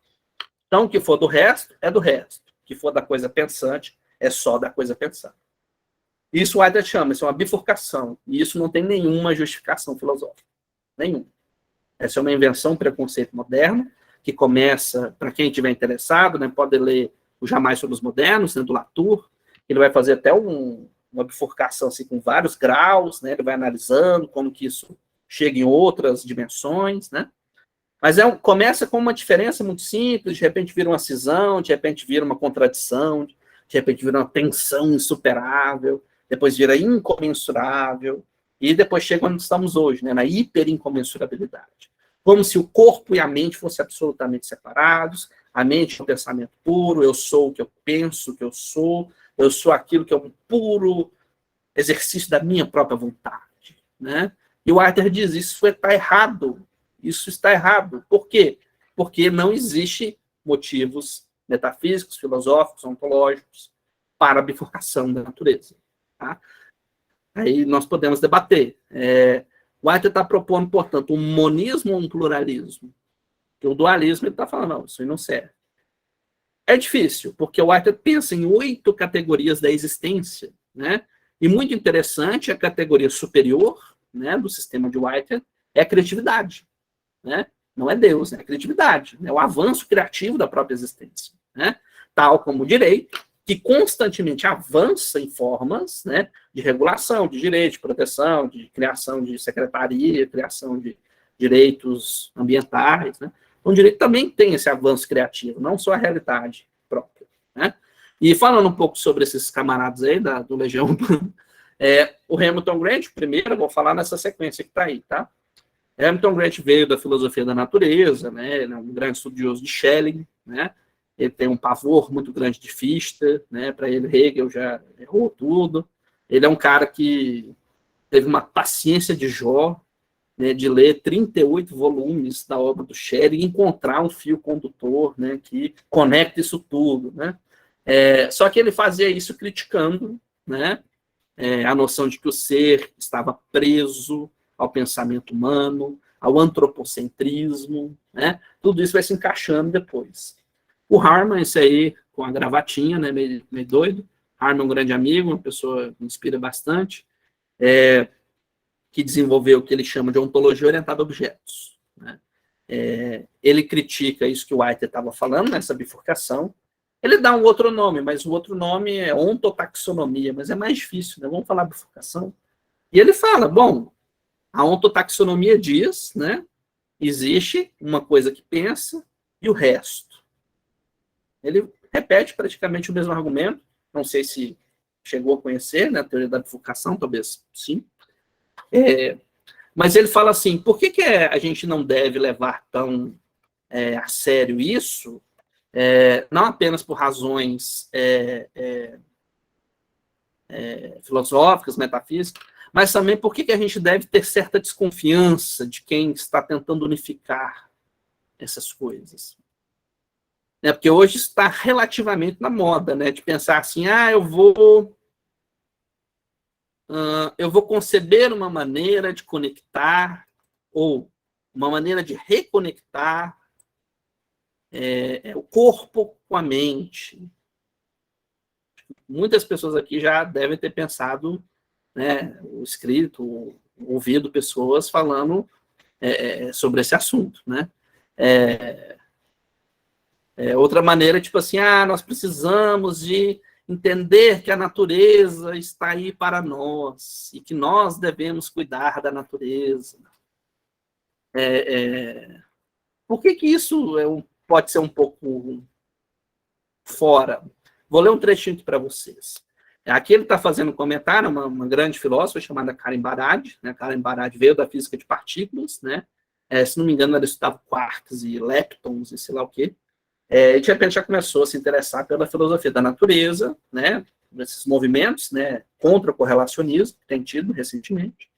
Só que ela escreveu um livro que se chama Meet the Universe Halfway.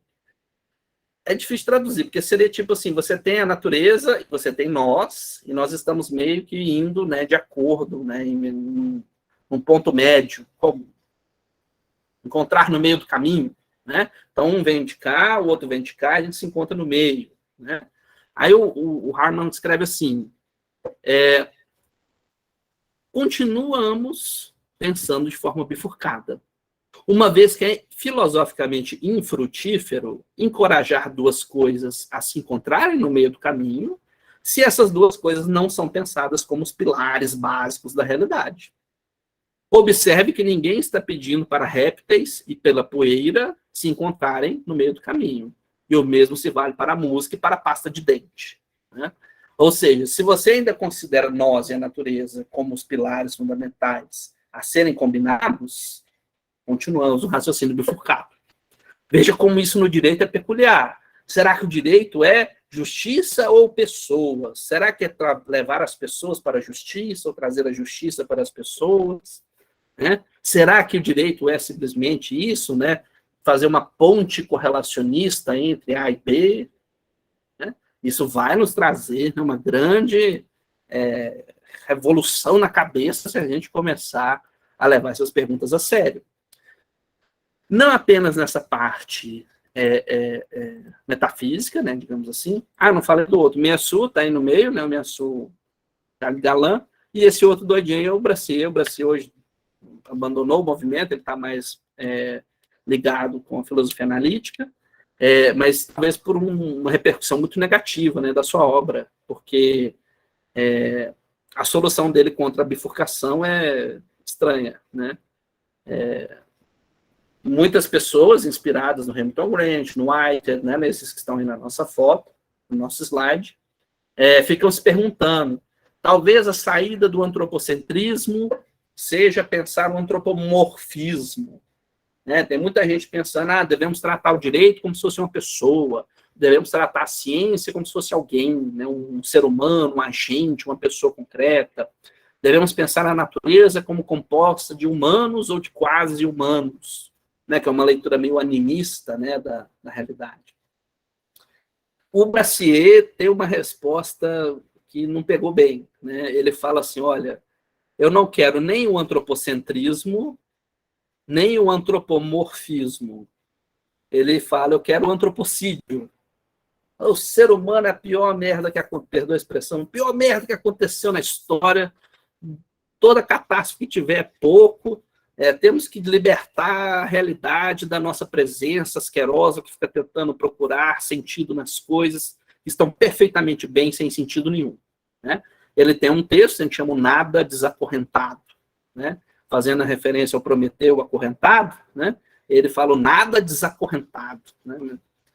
Não pegou muito bem, isso foi com outros filósofos, as pessoas vão criar um movimento de aceleração da destruição, né, da raça humana, que está em moda hoje, acreditem ou não, né? Tem muita gente defendendo o aceleracionismo até hoje, né? Mas o Brassier, ele se divorciou disso aí tudo, falou, não quero mexer com esse povo não, vou ficar quieto aqui, ler filosofia analítica, tá bom demais. Mas o Hamilton Grant, o Harman e o Meillassoux, né, estão produzindo, estão escrevendo coisas até hoje, né? Cada um, né, com o seu interesse mais específico, mas cada um próprio. Então, além desse interesse mais metafísico, nós temos outras interações entre a filosofia e o direito que vêm da parte prática, bem concreta e cotidiana. Né? Nós temos essas pessoas, e filósofos, e sociólogos, né, que estão pensando e repensando o que é ser humano, o que é ser mulher, o que é ser homem, o que é ser aquilo. E tudo isso influencia diretamente como que o direito faz. O ponto aqui não é exatamente falar isso é bom, isso é ruim, isso resolve tudo, isso não resolve nada. O ponto talvez seja falar, se nós estamos ampliando o acesso ao direito, estamos ampliando o acesso às formas da justiça, né, vamos falar de forma platônica, ótimo. Né? Ou seja, quanto mais acesso nós tivermos à justiça, ótimo. Né? Ou seja, não precisa de achar bom, achar ruim, não precisa de ficar pensando nisso. Né? Então, quando Judith Butler vem contribuir com o direito das mulheres, com direitos LGBT, etc., mas eu não sou LGBT, eu não sou mulher. Tudo bem, mas o mundo não é a sua representação. O mundo não é a sua percepção, seu correlacionista. Ou seja, se as pessoas estão tendo acesso, ótimo, parabéns. Né? Sueli Carneiro é outro exemplo importante, né, que ela trabalha muito, reconhecimento de quilombos. Mas eu não sou quilombola. Eu sei, correlacionista, eu sei, mas não precisa reduzir o mundo à sua experiência. o seu lugar de fala, o seu lugar, o meu ponto, minha percepção, a minha, não precisa, né? E é muito triste, né, que muitos ativistas, né, de vários movimentos ainda acham, né, que o mundo tem que ser reduzido à sua representação, seja de esquerda, seja de direita. A proposta que chega de antropocentrismo, né, não precisa de antropocídio, né? Chega de antropocentrismo, né? Vamos tentar pensar uma realidade um pouco mais fluida, né? Um pouco mais sistemática, onde o ser humano é uma parte importante, vários tipos de humanos, né? Mas a gente não precisa, né, de ficar com tanta chatice. Como sistematizar isso tudo? Isso é um projeto recente que eu tenho, recente sim, né, em termos de eras geológicas, né? É um projeto recente que eu tenho pensado, né, com a conexão teoria dos sistemas do mundo com os modos de existência do Latour, né? Esse é um projeto que tenta transformar a percepção do direito numa coisa bem própria e diferente, né? Então, a gente pode pegar coisas da Suméria, da China, da Índia, da Grécia, alguma coisa dos modernos, né, porque não erraram em tudo, mas vai ter coisas importantes. E nós podemos, talvez, conceber, né, uma entidade específica chamada Sistema do Direito, né, que seja uma coisa metafisicamente própria, né, que seja uma própria diferença entre o direito e coisas que estão lá fora. Né? É como se o direito fosse um sistema, um modo de existência próprio, que gera o seu caminho, suas condições de dar certo, condições de dar errado, como corrigir quando dá errado, né? Como sistematizar o que entra, o que sai, né? E que isso, né, vai envolver humanos, vai envolver meio ambiente, vai envolver natureza, inteligência artificial, né? Não tem por que a gente se restringir a só uma dessas coisas. Tudo isso vai ter alguma coisa a dizer, né, ou a ter influência, né, nessa concepção do direito como um sistema, um modo de existência próprio, né? Isso vem, né, óbvio, das minhas leituras do Latour, Luhmann, mas esse é um projeto bem maior, isso aí vai ter que ficar para outra questão. Inclusive, no curso que nós vamos dar, né, a partir do dia 5 de setembro, nós vamos focar mais em Kant, Kelsen e Luhmann, né? O Latour tem um texto sobre direito, mas é um texto mais antropológico, né? Acho que eu preciso de destilar ele um pouco mais para transformar numa coisa aplicável a outros coletivos que não só na França, né, que ele faz uma etnografia, né, do Supremo, entre aspas, né, da França, né, mas, enfim. Essa perspectiva sistemática, ela me encanta bastante, né, eu emocionado, né, quando falo isso, porque nós podemos pensar humanos, não humanos, animais, natureza, lógica, até teologia, né, como faz Tomás de Aquino, pensar ecologia, pensar tanta coisa, né, usando o instrumental teórico próprio, né, usando o instrumental teórico mais sofisticado, né, que não é só dizer, tem 3 poderes, tem o princípio. Não, a gente consegue fazer uma coisa tão complexa, né, um realismo tão mais complexo que é uma coisa que fascina bastante a mim. Esse sujeito aí é um sujeito que quase ninguém conhece, né, talvez no direito alguns conheçam, né, é o velho Nikolai Hartmann, né, que é um velho inimigo do nazista, do Heidegger, né. O Hartmann, ele recusava, né, a dar aula falando Hitler, falando não sei o quê, inclusive tentaram matar ele, né, porque ele não aceitava o regime. Mas o Hartmann, o que me interessa dele, além da trajetória política, claro, é a sua metafísica, que combina conhecimento, cognição, valores, esferas, estratos, né? Para ele, não há só um sistema do direito, ou um sistema da economia, ou um sistema da ciência, né? E também não são só modos de existência da antropologia moderna, como faz o Latour. O Hartmann faz um projeto tão sistemático que ele consegue, vejam aí, conectar esfera do ser ideal, esfera do ser real, através da cognição, e a cognição não esgota, ela pode chegar perto, mas ela não esgota nem os seres ideais, nem os seres reais. Qual que é a diferença, Otávio, do ideal para o real? Tempo. 1 mais 1 é 2, independente do tempo. Hoje, amanhã, antes de ontem, 1 mais 1 vai ser 2. Ou seja, os seres ideais, não é que eles estão voando lá na caverna de Platão. São seres ideais no sentido que eles não estão nem aí para o tempo. Eles são o que são. Eles são sem tempo. Não são eternos. Eternos é um tempo que dura para sempre, né? Eles são sem tempo. E o ser real? Tem tempo. Né? Por exemplo, seres físicos demoram um tempo muito específico para ter camadas da Terra, para poder ter chuva, ter não sei o quê, para começar a vida. Começar a vida. Precisa de tempo para a evolução das espécies, para não sei o quê. Né? Depois, sistemas psíquicos, sistemas espirituais.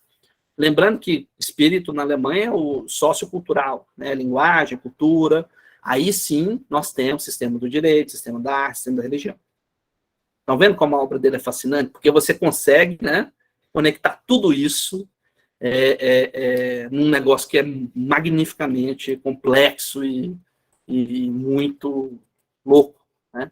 Eu vou colocar aqui no chat agora a lista de presença, tá? Para quem precisar de certificado, só preencher aí, tá? Tá aí no chat agora. Atenção, tá? O Nicolai Hartmann é um cara que não é muito estudado, porque sua metafísica é muito complicada, e além disso, é uma metafísica que não é do tipo, né? Tem os seres humanos e tem o resto. Não, vocês vejam que ele articula vários tipos de existentes. O que me interessa em particular é que cada uma dessas coisas, elas têm uma interação ideal com o real. Vamos dar um exemplo? A ciência física, ela interage seres ideais da matemática com seres reais físicos. Não é? Por exemplo, matemática e as ciências fenomenológicas, por exemplo, tipo formas de vida, formas de dimensões corporais específicas, interno, externo, organização sistemática interna, autopoiese, né? Isso são alguns tipos de ciências fenomenológicas, segundo Hartmann. A interação disso com os seres orgânicos, o que nos dá? Nos dá biologia, não é? Interação dessas coisas com os sistemas psíquicos. Nós temos um sistema cognitivo chamado psicologia. E no espírito, nós temos várias, né, interações possíveis, porque o espírito ele está em cima, não é porque ele é melhor, é porque ele é mais livre, tem mais associações livres. Né? Lá embaixo, você tem que respirar. Se você não respirar, você vai morrer. Tá? A variabilidade é muito pouca. Né? À medida que você vai subindo nesses quadradinhos que estão separados aí, você ganha em liberdade, mas fica mais fraco, né? Assim, fica meio, né, voando. Né? Então, quando você fala assim, no espírito, nós temos direito, arte, religião, economia, nós temos símbolos, a linguagem, né? A interação disso com os sistemas, com os seres ideais, vai nos dar antropologia, direito, sociologia, história. Né? Então, veja como que o Hartmann concebe praticamente uma metafísica do conhecimento. Tudo isso é possível a partir do sistema do velho Nicolai Hartmann. Alguém falou do Plotino. Sim, o doutorado dele é de Próclo. Né? Ele é um especialista em neoplatonismo também, né? Lá no começo da carreira dele. O direito, ele não tem um livro específico sobre direito, ele morreu, né, de derrame. O último livro dele foi sobre estética, se não me engano. E o direito, como que fica? O direito seria um sistema dentro do espírito, né, desse extrato da realidade, está lá em cima, que interage com valores, com essências, com a lógica e com os outros sistemas. Veja que interessante. Aqui, né, a gente está falando de filosofia grega também, né? Quando Sócrates estava falando assim, o que é coragem? Né? Aí o general lá, eu esqueci o nome dele, não sei o que, coragem, isso, aquilo. E Sócrates está sempre falando, não, isso são exemplos, são casos concretos, são aplicações empíricas. Isso não é a definição de coragem. Aqui vai acontecer uma coisa peculiar, né? Então, veja, se você entende o valor da coragem, por exemplo, a aplicação empírica disso é contingente. Mas o valor da coragem não tem tempo. O valor da coragem existe como um ser ideal, que pode ser aplicado, pode ser na guerra, né, coragem, mas pode ser a coragem de chamar um menino, a menina que você gosta para sair, né? Pode ser a coragem de chegar na pessoa e falar, olha, eu não vou fazer isso mais, isso aqui. Pode ser vários tipos de coragem, né?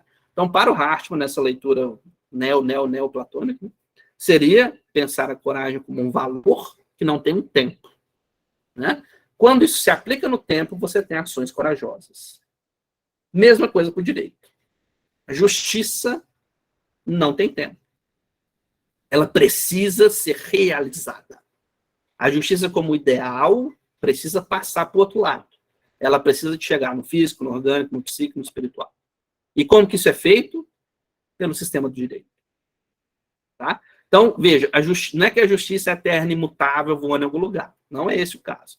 A justiça é uma coisa que habilita, que anima essa aplicação no concreto. E isso passa por todas as esferas e estratos da realidade, né? Segundo esse esquema metafísico do velho Nicolai Hartmann. Então, veja, nós temos aqui um repertório gigantesco. Né? O rei Urukagina, né? Nós temos aqui Confúcio, temos o Legalito Hartmann, nós temos aqui todo esse tipo de pensadores, e nós chegamos, portanto, numa definição muito breve de filosofia, né? Que eu tenho tentado propagar no Brasil, né? Que ela não tem um ponto de partida determinado. Né? Por exemplo, espera-se que a teoria do direito fale sobre normas, justiça, ampliação, garantias, etc. Mas a filosofia tem a ver com algum tipo de surpresa, inovação, também de ordenamento, reflexão, tudo mais. Isso significa que a relação da filosofia, por exemplo, né, filosofia e ciência, filosofia e direito, filosofia e arte, pode perfeitamente se acoplar. A gente viu vários exemplos históricos disso aqui no direito. Inclusive, nesse realismo complexo, que é essa filosofia que eu tento propor, se encorajam tais interações, desde que se preserve a contingência e a complexidade interna de ambas. Filosofia para o realismo complexo não inibe ou substitui a arte, ou direito, a economia, a religião, sim, mas faz delas suas aliadas nessa ecologização da metafísica. Eu sempre gosto de brincar, ecologia não é abraçar golfinho, né? Ecologia é pluralidade de modos de existência. Né? E como que isso pode se aliar? E algumas coisas a gente rejeita, mas como que a gente alia com as coisas? E não interessa se é humano ou não humano, se é um robô, se é a ideia de coragem, nós precisamos de alianças com todas essas formas e categorias de existência. E isso nos leva, finalmente, à nossa conclusão, né? De que a gente procura nesse tratado, um tratado de metafísica, que eu escrevi no doutorado, não é só comparação de conceitos e autores, mas a produção desse tipo particular de infinitude, essa inteligência espiritual, né, sociocultural, que se desdobra numa ecologia de valores e num novo tipo de objetividade. Além disso, como é próprio do fazer-se da ecologia, não basta um discurso que não cuida, um cuidado que não pensa, nem um pensamento que não se expõe. Né? Então, a realidade que a gente busca cuidar, ela mesma se dá, insiste, resiste e demanda. Né? Fazer justiça à complexidade da tarefa, é a sutileza do real, é o que nos interessa, que nos inspira a não apenas demarcar, né, uma espécie de território filosófico do realismo complexo, né, mas pensar uma geração de direitos, de garantias, de direcionamentos do projeto de ecologização da metafísica. Esse projeto envolverá articulação, coexistências, recuo mútuo, possibilidade de conexão desses sistemas, que podem ser mecânicos, biológicos, psíquicos, espirituais e sociais, em realidades que admitem uma multiplicidade inominável de modos de existência, sistemas, objetos, redes. Se você ficou curioso, esse é o nosso curso. Para quem está interessado em participar da nossa pequena comunidade de assemblagem. Assemblagem é conexão, juntar, trenheira, coiseira, né? Você abrir uma mochila e botando coisa dentro, né? Isso significa assemblagem, né? Como método de criação artístico, né? Francês. Na verdade, não é francês, né? Fez um sucesso na França, né? Por isso que o nome é assemblage, né? Esse nome francesado. Eu vou colocar o link aqui também no nosso chat, para quem não conseguir tirar foto, QR Code e tal. Ele está propagando nosso curso, que vai começar dia 5, né? Nós vamos ver com mais detalhes, né? Não tanto o rei Urukagina, mas nós vamos focar mais na doutrina do direito do Kant, como que ela anima, né, e limita, né, muitas coisas, e como que o Kelsen resolve isso, de certa medida, mas uma resolução que também tem problemas, e como que a teoria dos sistemas do Luhmann acaba sendo uma grande, né, arrematador, assemblagem, faz uma assemblagem muito grande de influências da cibernética, né, da fenomenologia, Kant, Kelsen, né, numa coisa que é extremamente foda, né, peculiar, muito interessante, E eu vou tentar defender isso para vocês, né, no final do nosso curso. Para quem achar bacana, eu vou deixar aqui para vocês o formuláriozinho de inscrição no chat, para quem achar bacana. É isso, né? Eu vou encerrar a gravação, mas a gente pode fazer o debate logo depois, tá? Eu não vou, geralmente eu não gravo debate, porque às vezes aparecem umas coisas muito doidas, né? Aí depois a gente pode fazer outras questões. Para quem se interessou pelo Hartmann, eu vou colocar mais um link aqui. Eu vou colocar vários desses links na descrição do YouTube, tá, gente? Há um ensaio que eu escrevi, né, que é um ensaio de introdução à filosofia do Hartmann, né, que foi publicada pela revista Nancy, né, lá da Estadual da Bahia, que é um ensaio introdutório, né, que aquela imagem eu peguei desse artigo, né, que eu tinha escrito. Aquelas negócios com os gráficos, né, que é um autor muito pouco conhecido, né, tirando o professor João Maurício Deodato, né, que tem uma leitura bem diferente da minha, né, a leitura dele é toda linguagem, tudo, né? Não é a minha leitura, né, com muito respeito ao professor Deodato, mas a minha leitura de Hartmann é pelo realismo complexo, é por isso que eu tenho tentado defender, né, desde uns anos atrás, e é isso, tá?